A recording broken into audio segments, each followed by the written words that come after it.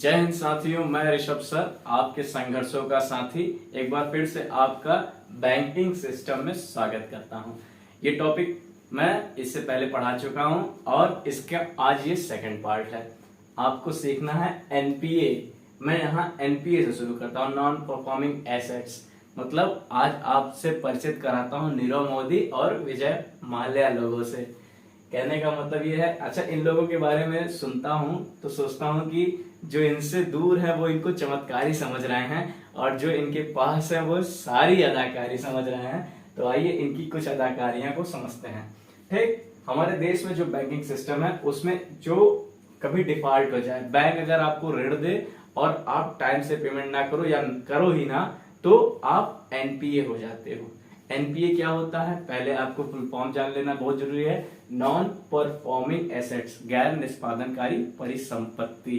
ठीक, अब ये इसकी थोड़ी सी डिफिनेशन सुन लेते हैं जो आपके एग्जाम के लिए बहुत महत्वपूर्ण है। यदि कोई ऋण आप ले जाओ और उसका मूलधन या आप उसका ब्याज मतलब कुछ भी पेमेंट ना करो, ठीक, तो ऐसा टाइम पीरियड बीत जाए 90 दिन। अब 90 दिन का जब टाइम पीरियड बीत जाएगा तो वो जो संपत्ति है वो एनपीए कहलाने लग जाएगी। ठीक, मतलब अब वो आप डिफॉल्ट कर रहे हो। यही नियम जो आपके लिए 90 दिन है वो एनबीएफसीज जो कंपनियां हैं, एनबीएफसी मतलब अभी इसके बारे में और भी विस्तार से चर्चा करूंगा, फिर भी फुल फॉर्म जान लीजिए, नॉन बैंकिंग फाइनेंशियल कंपनीज। इन सब के लिए ये पूरा नियम 180 दिन का है। ठीक, तो अब चलिए हम गैर निष्पादनकारी संपत्ति बनती होती कैसे है, कैसे कैसे क्रम में होती है, इसको थोड़ा समझ लेते हैं। यदि आप कोई संपत्ति को एनपीए कर दिए हो, मतलब 90 दिन के बाद भी आप कुछ पैसा नहीं जमा किए हो, तो 90 दिन से जब 12 महीना हो जाएगा, मतलब 3 महीने से 12 महीने का स्टेज आ जाएगा, ऐसी दशा में वह पूरी संपत्ति क्या हो जाएगी, उसको कहा जाएगा सब स्टैंडर्ड एसेट्स, यानी अवमानक परिसंपत्ति। मतलब अब यहाँ अवमानक हो गए हो, आप लौटाओगे कि नहीं पहले ये तो लोग सोचे, और उसके बाद भी अगर आप नहीं लौटाए और वो परिसंपत्ति 12 महीने से 3 साल हो गया, तो अब वह बैंक को क्या लगेगा कि अब वो जो आपकी परिसंपत्ति है वो डाउटफुल एसेट में चली गई, ये आदमी संदिग्ध हो गया, लौटाएगा कि नहीं लौटाएगा। ठीक, अब अगर 3 साल से भी अधिक हो जाए तो बैंक को एकदम पक्का क्लियर हो गया अब ये नहीं ये लौटाएगा, तो ये डूबी हुई परिसंपत्ति हो गई, यानी ये लॉस एसेट हो गई। ठीक, अब जब कोई भी परिसंपत्ति, कोई व्यक्ति ऋण लेकर चला जाए, भाग जाए, तो ऐसे में क्या होगा, बैंक के पास, बैंक घाटे में जाने लगेगी।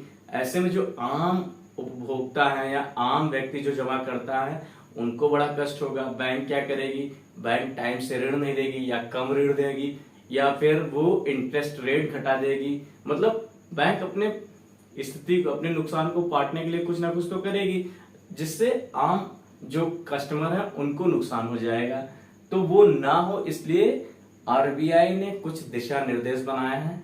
अगर कोई भी बैंक जिसकी परिसंपत्ति एसेट्स एनपीए हो जाए तो उसको क्या करना चाहिए, आइए उसके बारे में थोड़ी चर्चा कर लेते हैं। तो अगर कोई भी एसेट्स बैंक का एनपीए हो जाए तो बैंक को सबसे पहले क्या करना चाहिए, बैंक को अपनी प्रॉफिट से, याद रखिएगा शब्द को पकड़िएगा, अपने लाभ से, उसका जो लाभ जितना प्रतिशत का एनपीए है उसको अलग से अपने लाभ से पैसा निकाल के, मतलब जितना पैसे का घाटा हुआ उसको उसी अनुपात में निकाल के अलग से रखेगा। उसको क्या कहेगा, कहा जाता है पूर्वोपाय, प्रोविजंस, पूर्वोपाय निकाल के रखेगा। इस पूर्वोपाय का प्रयोग वह स्वयं के लिए भी नहीं करेगा, मतलब ना तो ऋण देने के लिए, ना तो उधार देने के लिए, कुछ भी करने के लिए नहीं करेगा, वो अलग हटा के परिसंपत्ति को रख दिया गया है। अच्छा, ये जो पूर्वोपाय है इसको कैसे कैसे निकाला जाता है इसको हम थोड़ा समझ लेते हैं। बैंकिंग सिस्टम में क्या होता है कि बैंक जैसे आप जाते हो कभी, तो वहां क्या होता है, आप कभी लोन लेने जाओ तो लोन 2 तरीके से दिया जाता है। लोन क्या क्या क्या क्या तरीका है, पहला सिक्योर्ड तरीका है। ठीक, सिक्योर्ड तरीके में क्या होता है कि आप जब भी कुछ लोन लेने जाओ तो आपसे कुछ वो गिरवी रखवाता है। ठीक, दूसरा क्या होता है, अनसिक्योर्ड होता है। जो अनसिक्योर्ड लोन होता है वो आपकी गुडविल पे दिया जाता है। अगर आप शहर के खास आदमी हो, बड़े व्यापारी हो, हमेशा पैसा जमा रहता है लोन, तो आपकी गुडविल पे दिया जा रहा है। या एजुकेशन लोन हो गया, टॉपर वॉपर हो तो एजुकेशन लेने जा रहे हो, तो ये सब गुडविल पे है, यहाँ कुछ गिरवी नहीं रखा गया है, ठीक। तो वो अनसिक्योर्ड लोन है। अब क्या होता है, अगर आपका जो एसेट्स है, जो लोन लिया गया है, वह सिक्योर्ड है, अगर वो 90 दिन से ज्यादा और 12 महीने के बीच आ जाए, तो ऐसी दशा में वह जो अवमानक परिसंपत्ति हुई है वो उसका वो 15% बैंक अपने प्रॉफिट का 15% निकाल के, उस एनपीए के बराबर का अनुपात 15% निकाल के अलग से रख देगा।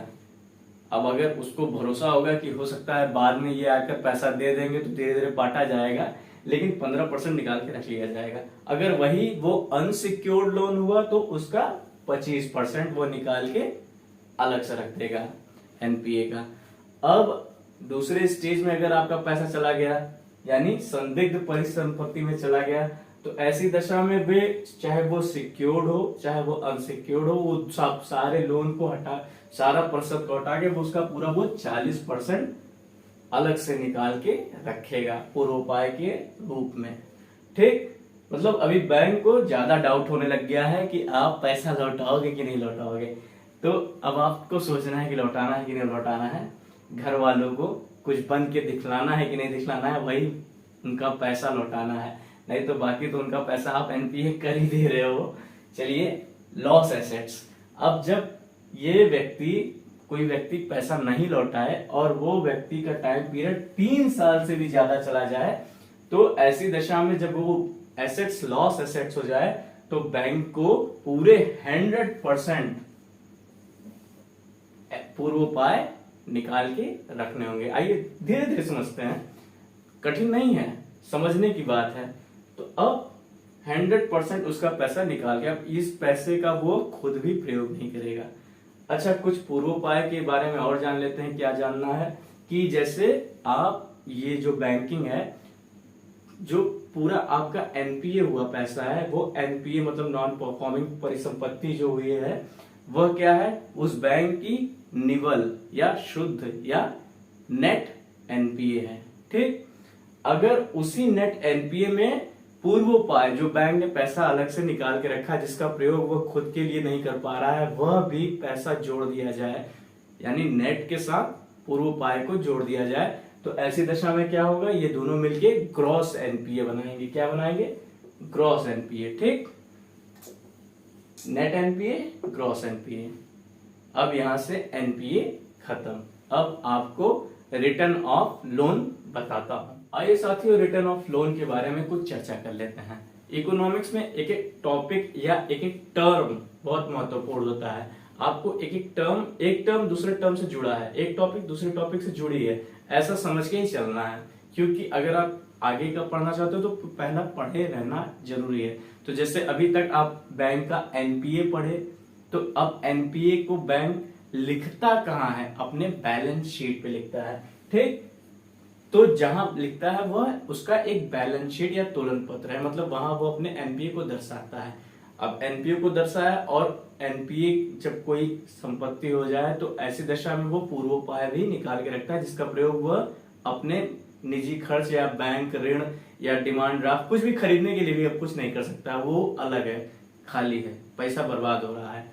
तो धीरे धीरे क्या होगा, अगर ज्यादा परिसंपत्ति एनपीए हो जाए, ऐसी दशा में क्या होगा, बैंकों का जो बैंक भी धीरे धीरे घाटे में जाने लगेगा, क्योंकि उसको हमेशा पैसे चाहिए व्यापार करने के लिए। व्यापार क्या मतलब, ऋण देने के लिए, पैसा कमाने के लिए, ये सब काम बैंकों का काम है जो वो करना है। तो ऐसी दशा में क्या होगा, आरबीआई जो इनका सरदार है, अब सरदार जी इनको बाध्य कर सकते हैं कि एक काम करो, तुम जो ये हुआ एनपीए है, इसको तुम अपने घाटे में दर्शाओ और अपने बैलेंस शीट से, जो तुम्हारी डायरी है जिसको आप लिखते हैं, वहां से इसको मिटा दो, ठीक, उसको हटाओ। तो जब उसको मिटाना है, मतलब उसको अब रिटर्न ऑफ कर देना है, रिटर्न ऑफ लोन, ठीक। तो ये टर्म का क्या मतलब हुआ, यहाँ जो बैलेंस शीट पे लिखा हुआ है उसको रिटर्न ऑफ कर देना है। यही इस टर्म का मतलब हुआ। अब जब वो बैलेंस जो एनपीए है वो रिटर्न ऑफ हो जाएगी, तो वो जो पूर्वोपाय बैंक ने रखे थे उसके अनुपात में उसका प्रयोग करेगी, मतलब उसको वो अब मुक्त हो गया, उसका प्रयोग अब बैंक किसी को लोन देने के लिए कर सकती है, उसको मतलब अब उस धनराशि का उपयोग होगा। ठीक। अब दूसरा टॉपिक है हमारा सिविल। समझिएगा, बहुत बेहतरीन टॉपिक है। सिविल क्या होता है? सिविल का पहले फुल फॉर्म देख लीजिए आप, जो पूछ सकता है एग्जाम में, credit information bureau of India limited. ठीक। कहने का मतलब यहाँ आपका क्रेडिट बताया जाएगा। तो क्रेडिट मतलब ऐसे क्रेडिट नहीं है कि कहीं आप कुछ खरीदने जा रहे हैं तो क्रेडिट, या कहीं आप गए हैं तो वहां पे क्रेडिट क्या है, वो ऐसा कुछ नहीं है। यहाँ जब आप लोन लेने जा रहे हो, यानी आप ऋणी हो, ठीक, तो लोन लेने वाले का क्रेडिट बताया जाएगा। कैसे बताया जाएगा? इस एजेंसी द्वारा आपका नाम, पैन, आधार, आईडी और आपके लोन का इतिहास इसके पास फीड है, और इसकी क्रेडिट रेटिंग जो स्कोरिंग है वो 900 अंक की है।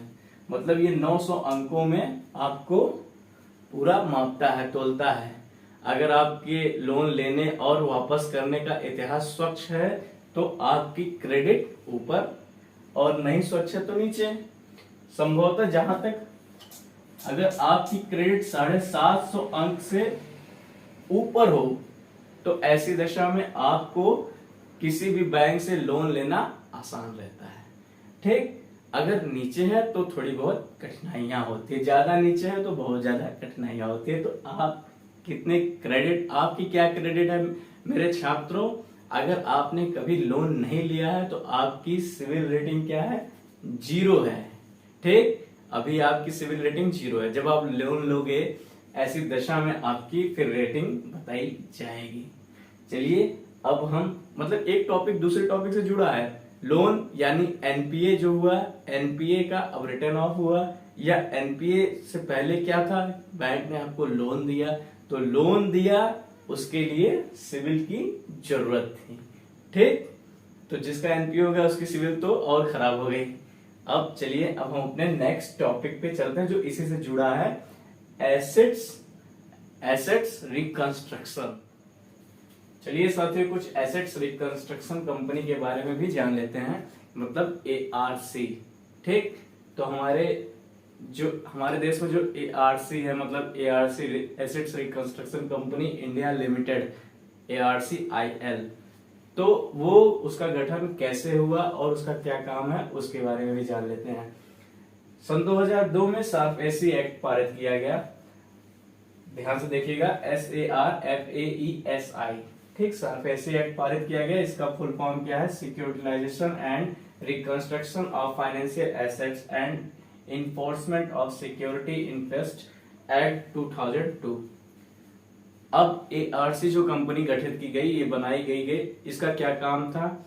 तो जो बैंकों में एनपीए हो जा रहा है तो उसी को ये रिकंस्ट्रक्ट करेगी। सोचिए, एक ही पैसा है, अब पैसे का खेल देखिए कि पहले क्या होगा, उसके लिए बैंक खुलेगा, अब उसको लोन दिया जाएगा, उसी का अब जो कोई लोन लेकर जाए पैसा ना वापस करे तो एनपीए हो जाएगा। लोन देने से पहले उसकी सिविल रेटिंग देखी जाएगी। एनपीए हुआ, पैसे को अब रिटर्न ऑफ किया गया, अब उसको रिकंस्ट्रक्ट किया जाएगा। मतलब एक भी टॉपिक आपसे छूट नहीं रहा है, एक एक क्रम के बाद सब रखा हुआ है। चलिए, एसेट्स रिकंस्ट्रक्शन कंपनी जो है वो, इसका क्या काम है इसको हम आपको समझाते हैं थोड़ा। तो बैंकों में रखे हुए एनपीए को ये छूट दर पे खरीद लेगा। छूट दर पे खरीदने का मतलब क्या है कि अगर एनपीए 100 रुपए है तो ये जाएंगे 60 रुपए देंगे, कहेंगे कि बैंक तुमसे छूट दर यानी 60 रुपए में मैं ये खरीदना चाहता हूँ, ये आप मुझे दे दो, अब यहाँ से मैं इस एनपीओ को हैंडल करूंगा। बैंक क्या सोचेगी? बैंक सोचेगी कि यार वैसे यहाँ 1 रुपया नहीं मिल रहा है, चलो 60 रुपए मिल रहा है, तो बैंक भी बेच देती है, ज्यादा इतना सोचती नहीं है। ये उनसे पैसा लेकर आएंगे और अपने प्रशिक्षित कर्मचारियों यानी वसूली भाई लोग को भेजेंगे, और ये वसूली भाई लोग जाएंगे वहां पर जो व्यक्ति एनपीए किया है यानी लोन लेकर नहीं दिया है उससे वसूली करेंगे। अब हमारे भारत में क्या सिस्टम है, एनपीए धीरे धीरे बहुत बढ़ रहा है बैंकिंग सिस्टम में। लोग पैसा लेते हैं वापस नहीं करते हैं, बहुत एनपीए हो रहा है। तो ऐसी दशा में क्या होता है कि जब एनपीए बढ़ रहा है और इसके अलावा एनपीए जो है यह कई ऐसी दशा है कि बहुत हाई लेवल पे है, मतलब बहुत ज्यादा पैसा लिया गया है। तो ये जो एसेट्स रिकंस्ट्रक्शन कंपनियां हैं ये बहुत ही ज्यादा है, तो प्राइवेट कंपनी बहुत ही ज्यादा अमीर तो है नहीं, लिमिटेड कंपनी कितना बहुत अमीर तो है नहीं, तो कि सारा एसेट्स खरीद ले। तो ऐसी दशा में क्या होता है, इसके साथ कि भारत सरकार एक अलग बैंकिंग यानी बैड बैंकिंग की अवधारणा देती है। कारण कुछ और भी थे, सिर्फ यही नहीं कारण था कि वो खरीद नहीं पा रही है, इसके अलावा और भी क्या कारण था, कुछ एनपीए बहुत हाई प्रोफाइल लोग लिए हुए हैं, मतलब कुछ लोन बहुत हाई प्रोफाइल लोग लिए हैं, जैसे उनका बहुत ही राजनीतिक हस्तक्षेप हो जाता है, बड़ा पावरफुल लोग हैं। तो जब भी वसूली भाई लोग वसूली करने जाते हैं तो राजनीतिक हस्तक्षेप है, तो कहीं कोई पावरफुल व्यक्ति फोन लगा दिया या लड़ने चला आया तो कितनों से लड़ा जाए, तो नहीं लड़ा जा सकता। तो इसलिए भारत सरकार ने एक नई अवधारणा दी बैड बैंकिंग का।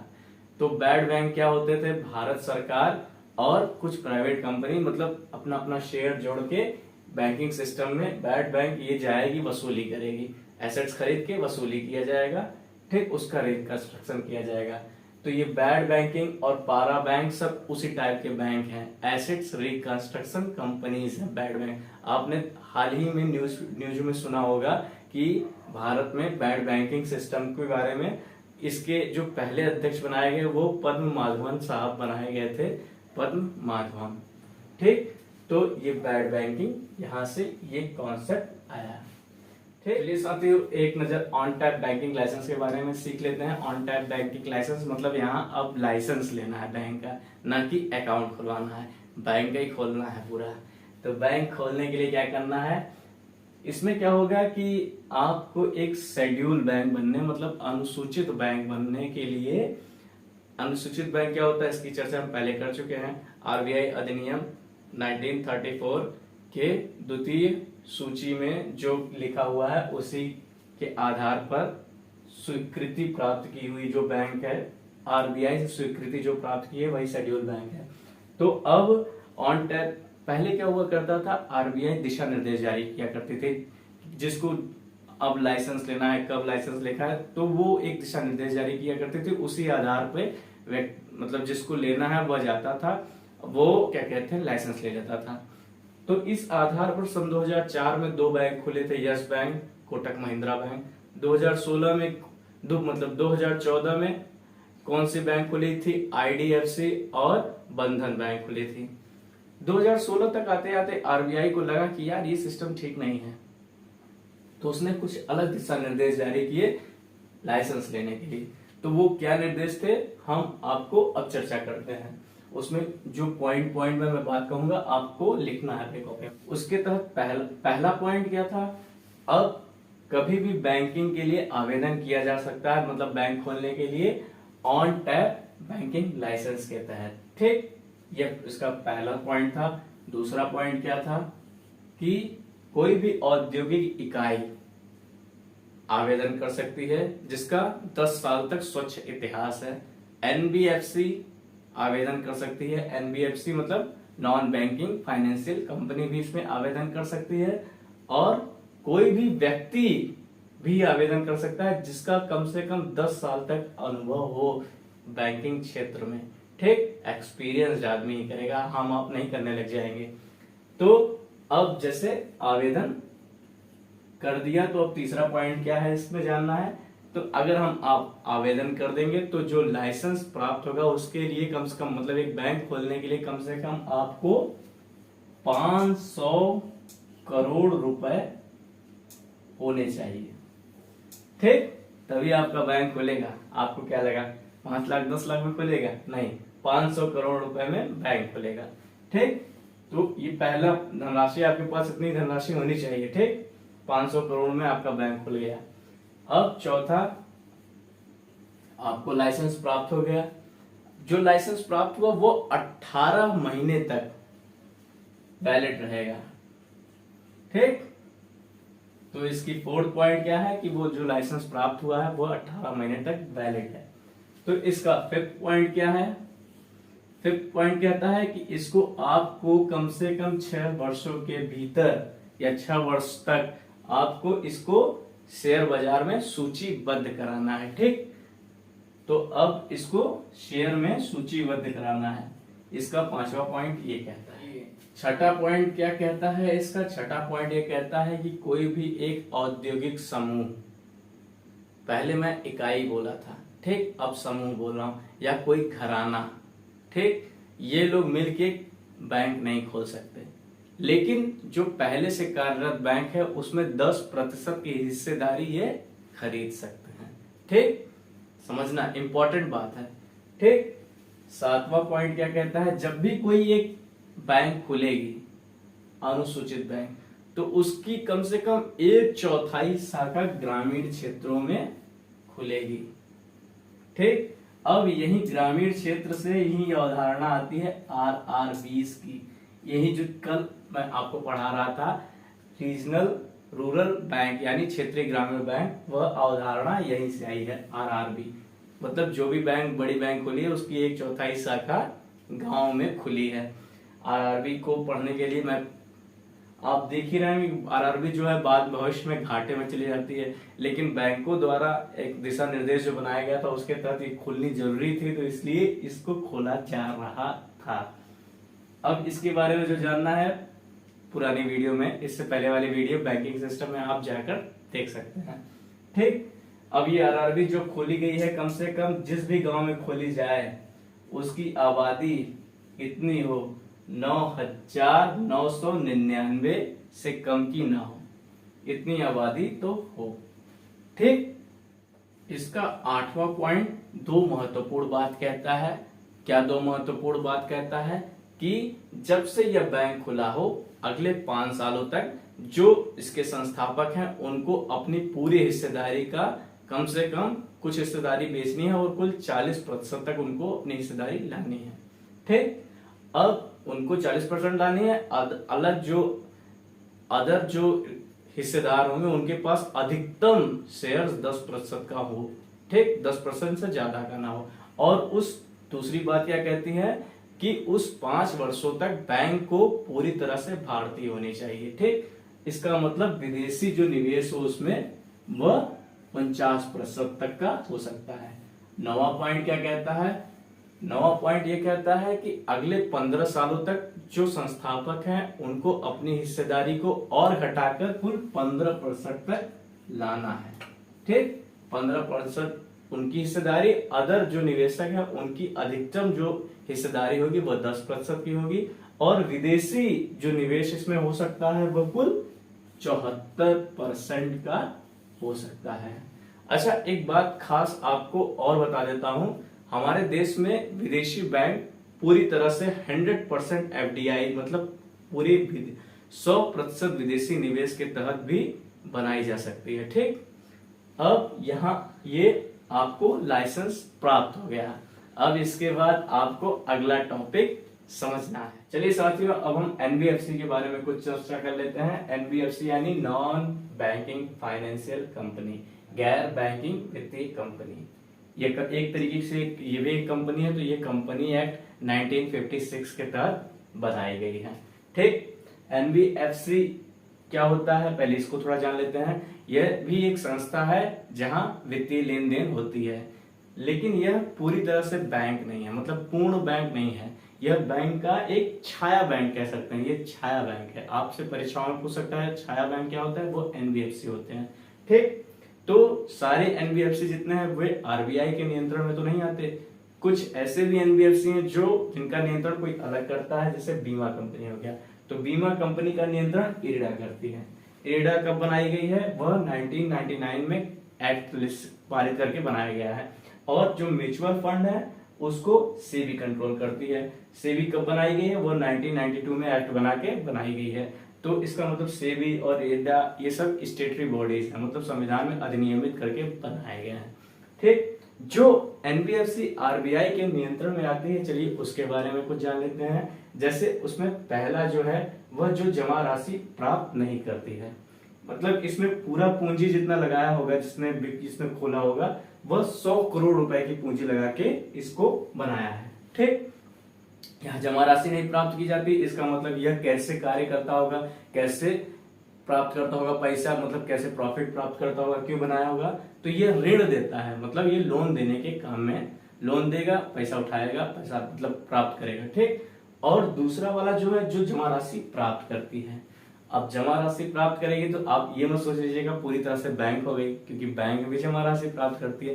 फर्क है, बैंकिंग सिस्टम में क्या होता है, जमा राशि प्राप्त करने का कई तरीका है, जैसे चालू खाते में भी पैसा जाता है और सेविंग्स अकाउंट में भी पैसा आता है, ठीक। इसके अलावा आप फिक्स डिपॉजिट भी कर सकते हो, मतलब टाइमिंग के लिए भी वहां पे नेट डिमांड टाइम लायबिलिटी, ठीक। मांग देता सावधि देवता, ठीक। मांग देता में चालू खाता बचत खाता, तो इसमें ये मांग देता वाला सिस्टम नहीं है, चालू खाता बचत खाता वाला सिस्टम नहीं है, इसमें टाइम लायबिलिटी है। टाइम लायबिलिटी के तहत इसमें क्या है कि आप जाएंगे यहाँ पर पैसा जमा करने, तो पैसा तो आपका जमा होगा लेकिन एक फिक्स टाइम के लिए जमा होगा। जैसे टाइमिंग क्या है इसकी, जैसे 12 महीने से लेकर 60 महीने तक, ठीक। आप न्यूनतम इसलिए अगर आपका पैसा जमा करेगा तो 12 महीने से लेकर 60 महीने के बीच में आपका पैसा जमा करेगा, ठीक। डन, इतनी बात समझ में आ गई। अब इसको और आगे बढ़ाते हैं। ये क्या है, ये क्या एक तरीके का छाया बैंक है, ये भी मैं बता चुका हूं। और एक बात और जान लीजिए, अगर ये जो बैंक है यह नेट डिमांड के तहत यानी चालू खाता और बचत खाता में पैसा नहीं जमा कर रही, तो इसका मतलब ये चेक बुक और डेबिट कार्ड जारी नहीं कर सकती। लेकिन फिर भी यह चाहे तो आरबीआई से स्वीकृति लेकर क्रेडिट कार्ड जारी कर सकती है, ठीक। क्योंकि अब यहाँ पैसा तो जमा कर ही रही है ना टाइम लायबिलिटी के तहत, तो अब क्रेडिट कार्ड में क्या होता है, आप यूज कर लेते हो क्रेडिट अगले 40 दिन या 50 दिन या जितना भी उसमें टाइम दिया गया होता है उतने दिन में आपको पैसा जमा करना होता है, डिफॉल्ट नहीं करना होता है, वो अधिशेष देती है, ओवरड्राफ्ट दिया करती है। चलिए टॉपिक को और आगे बढ़ाते हैं। टॉपिक को आगे बढ़ाते हुए हम कुछ महत्वपूर्ण तथ्यों के बारे में भी चर्चा कर लेते हैं। बोर मत होइएगा, मस्त रह के पढ़िएगा, धीरे धीरे पढ़ा रहा हूँ। इकोनॉमिक्स थोड़ा टफ सब्जेक्ट है, इसलिए इसको धीमे धीमे सीख लेते हैं और तोड़ना है दोस्त, जोश में रहो यार। चलो, तमिलनाडु वित्तीय समावेशन शब्द सुना है आपने। वित्तीय समावेशन वो होता है कि सभी को बैंकिंग खाते से जोड़ना, ठीक। अब जोड़ने का मतलब आप समझ ही रहे हो कि बहुत बड़ी चीज है। पूरे भारत में कई सारे ऐसे व्यक्ति हैं जिन्होंने बैंक नहीं देखा, तो बैंक अकाउंट कैसे खुलवाएंगे। तो बैंकिंग अकाउंट से सबको जोड़ने का एक सरकार का ये भी कार्य है। ये आरबीआई का वैसे गैर पारंपरिक कार्य है, मॉनेटरी पॉलिसी में पढ़ाया था मैंने, ठीक है। तो हमारे देश में तमिलनाडु में मंगलम एक गांव है, वहां प्रत्येक परिवार में कम से कम किसी एक व्यक्ति का अकाउंट बैंक में खुला हुआ है। मतलब ये जीके का क्वेश्चन हो सकता है, महत्वपूर्ण है, समझे दोस्त।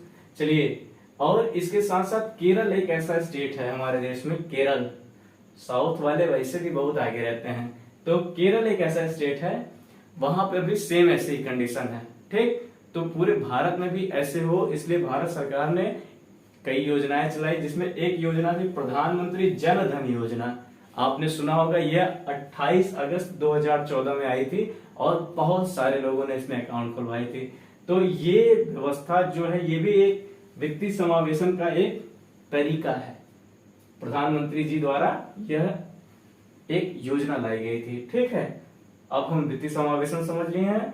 अब इसके बाद हम थोड़ा नाबार्ड के बारे में चर्चा कर लेते हैं। नाबार्ड क्या है?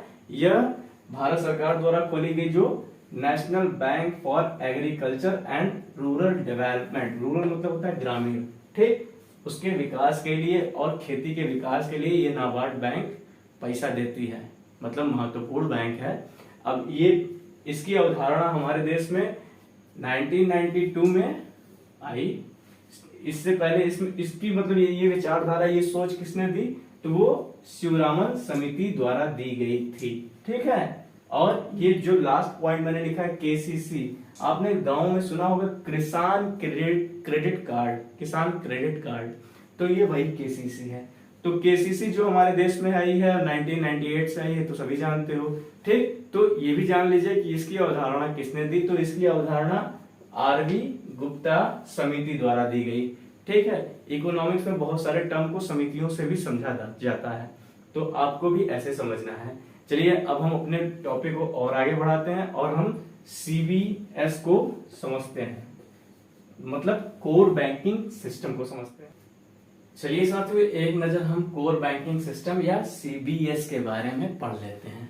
ठीक, ये सारे शब्द जो मैं आपके सामने प्रस्तुत कर रहा हूं, यह आप अपनी रियल जिंदगी में जीते हुए ये सब, अगर आप बैंकिंग सिस्टम से जुड़े होंगे, जाते होंगे, तो ये शब्द हर चीजों जहां प्रयोग हुआ है। जैसे एनबीएफसी क्या है, जैसे एलआईसी कंपनीज हैं, वो सब एनबीएफसीज हैं। ठीक, बैंकिंग सिस्टम ये पढ़ा है। एनपीए क्या है, अब कोर बैंकिंग पढ़ा रहा हूँ यहाँ, आरटीजीएस, नेफ्ट, ये सब आपको पढ़ाऊंगा। ये सब आपने अपने बैंकिंग सिस्टम से अगर आप जुड़े हो तो सब कुछ जानते हो। चेकबुक क्या है, खाता कैसे खुलता है, सब कुछ आपको बस समझना है और जीवन में जीना है। कोई भी तैयारी आप इसलिए करो, या तैयारी करते समय आप सब्जेक्ट को ऐसे पढ़ो कि आप अपने जीवन में उसे उतार लो। संघर्ष जितना कठिन होगा, जीत उतनी शानदार होगी दोस्तों। तो समझिए इसमें क्या है, पहला आरटीजीएस को हमें समझना है। आरटीजीएस क्या होता है, real time gross settlement. Full form कायदे से याद कर लीजिए, रियल टाइम ग्रॉस सेटलमेंट।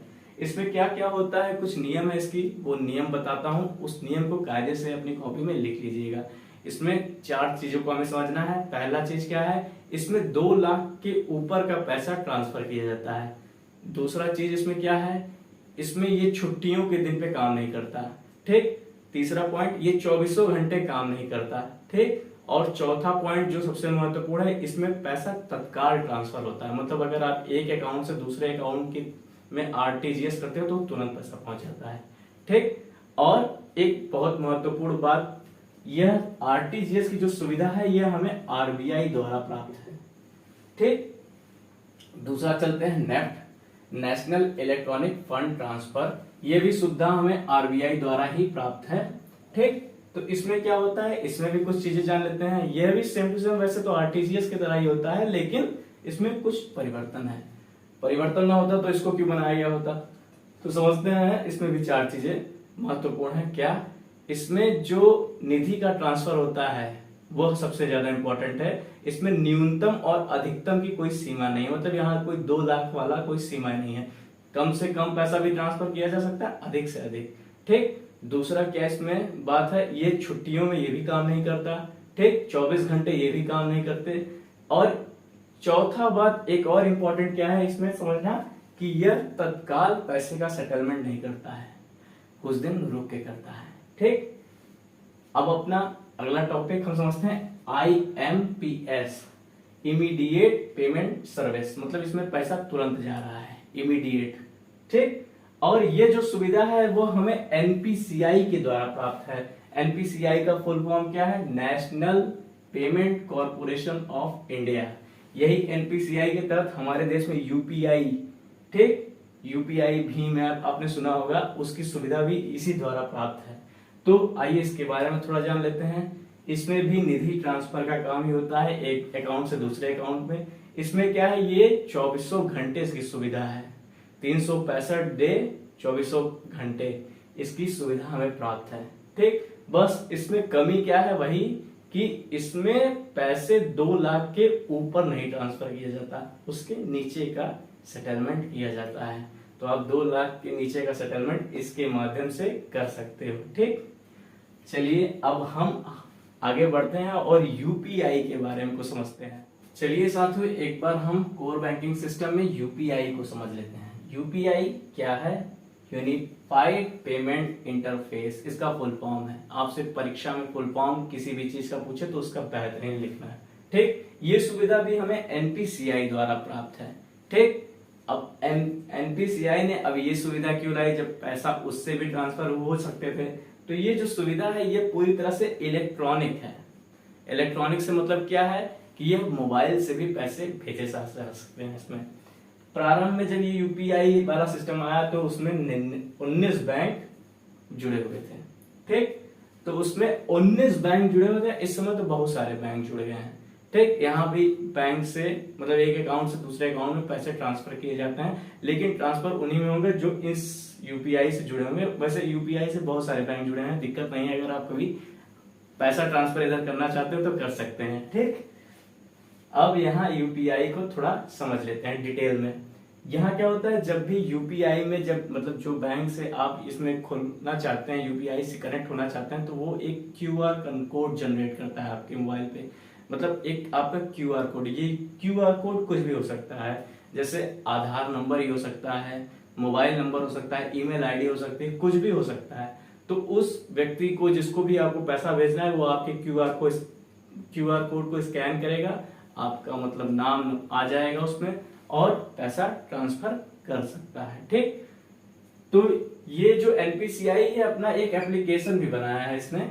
उस एप्लीकेशन का नाम है भीम ऐप। भीम का फुल फॉर्म क्या है, भारत इंटरफेस फॉर मनी। ठीक, तो ये बैंकिंग सिस्टम से लोग भीम ऐप से जुड़ते हैं। ये स्मार्टफोनों में ये सुविधा है कि वो अब इसको तो कहीं से भी डाउनलोड कर लीजिए भीम ऐप और बैंकिंग से जुड़ जाइए आप भी, मतलब स्मार्ट तरीके से, और स्कैन कर करके सामान खरीदिए, कोई दिक्कत नहीं है। तो यही था, यहाँ तक हम सीबीएस को समझ लिए हैं। अब थोड़ा कुछ एटीएम्स के बारे में समझ लेते हैं, उसके बाद हमारा टॉपिक यहीं कंप्लीट हो जाएगा। साथियों, क्यूआर कोड क्या होता है थोड़ा इसको जान लेते हैं। क्यूआर कोड, आप ये सब मुझे बताने में हंसी आती है क्योंकि आपको ये सब पता है, बस आप इसको कभी ध्यान से देखे नहीं। ठीक, तो क्यूआर कोड क्या होता है, ये एकदम बार कोड के विकल्प के रूप में आया हुआ है। ठीक, ये उत्पादों या किसी सामान में आपने देखा होगा पीछे क्यूआर कोड बना रहता है, उसको आप पेटीएम से स्कैन कीजिए, पैसा ट्रांसफर कीजिए, सामान लीजिए। ठीक, सेम टू सेम वही सब कुछ है। क्यूआर कोड क्या है, क्विक रिस्पॉन्ड कोड। ठीक, अब इसमें होता क्या है, मतलब इस क्यूआर कोड में क्या लिखा होता है ये थोड़ा बता देते हैं। जैसे इसमें हिंदी, अंग्रेजी, कुछ ऐसी भाषा लिखी होती है, चीनी, जापानी, ये सब मिला जुला के भाषाएं या कुछ नंबर डाल दिया जाता है, वही क्यूआर कोड है। ठीक, कुछ एटीएम के बारे में चर्चा कर लेते हैं। आप अकाउंट से पैसा निकालने जाते होगे एटीएम के माध्यम से, एटीएम तो देखते होगे कि हाँ ये हमारे बैंक का है, ये एसबीआई का है, ये एचडीएफसी का है, इतना तो आप सब जानते हो। लेकिन महत्वपूर्ण ये नहीं है जानना, महत्वपूर्ण इससे भी ज्यादा क्या जानना है, आज हम आपको ये थोड़ा बताते हैं।